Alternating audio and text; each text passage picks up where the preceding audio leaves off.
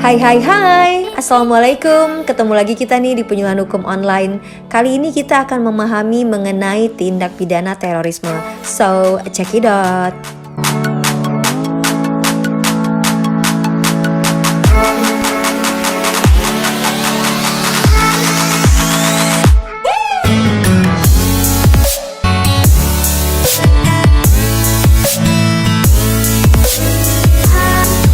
Sebagaimana kita ketahui, tindak pidana terorisme merupakan kejahatan serius yang dilakukan dengan menggunakan kekerasan atau ancaman kekerasan dengan sengaja, tersistematis, dan terencana.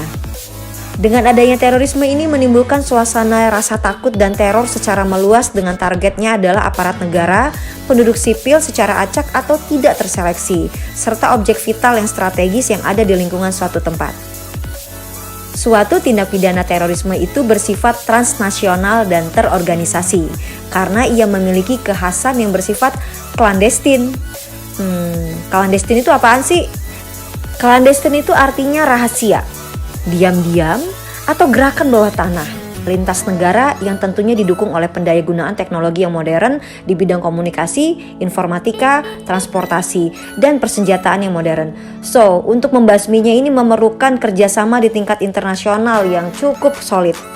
Itulah kenapa tindak pidana terorisme selalu diancam dengan pidana yang berat oleh hukum pidana di dalam suatu yurisdiksi negara. Hal ini juga disebabkan karena tindak pidana terorisme itu dapat disertai dengan motif ideologi ataupun motif politik dan tujuannya tertentu, misalnya tujuannya bersifat pribadi, ekonomi, atau radikalisme yang lagi tren nih sekarang di Indonesia yang tentunya membahayakan ideologi negara dan keamanan negara. Di dalam pasal 6 Undang-Undang Nomor 5 Tahun 2018 tentang pemberantasan tindak pidana terorisme mengatakan bahwa setiap orang yang melakukan terorisme itu dapat dipidana dengan pidana mati atau penjara seumur hidup atau pidana penjara paling singkatnya 4 tahun dan paling lamanya 20 tahun. Tentunya kasus terorisme ini sangat meresahkan masyarakat. Hingga penegakan hukum dan sistem peradilan tindak pidananya pun harus berjalan secara transparan, adil, dan menjangkau seluruh aktor yang terlibat di dalamnya.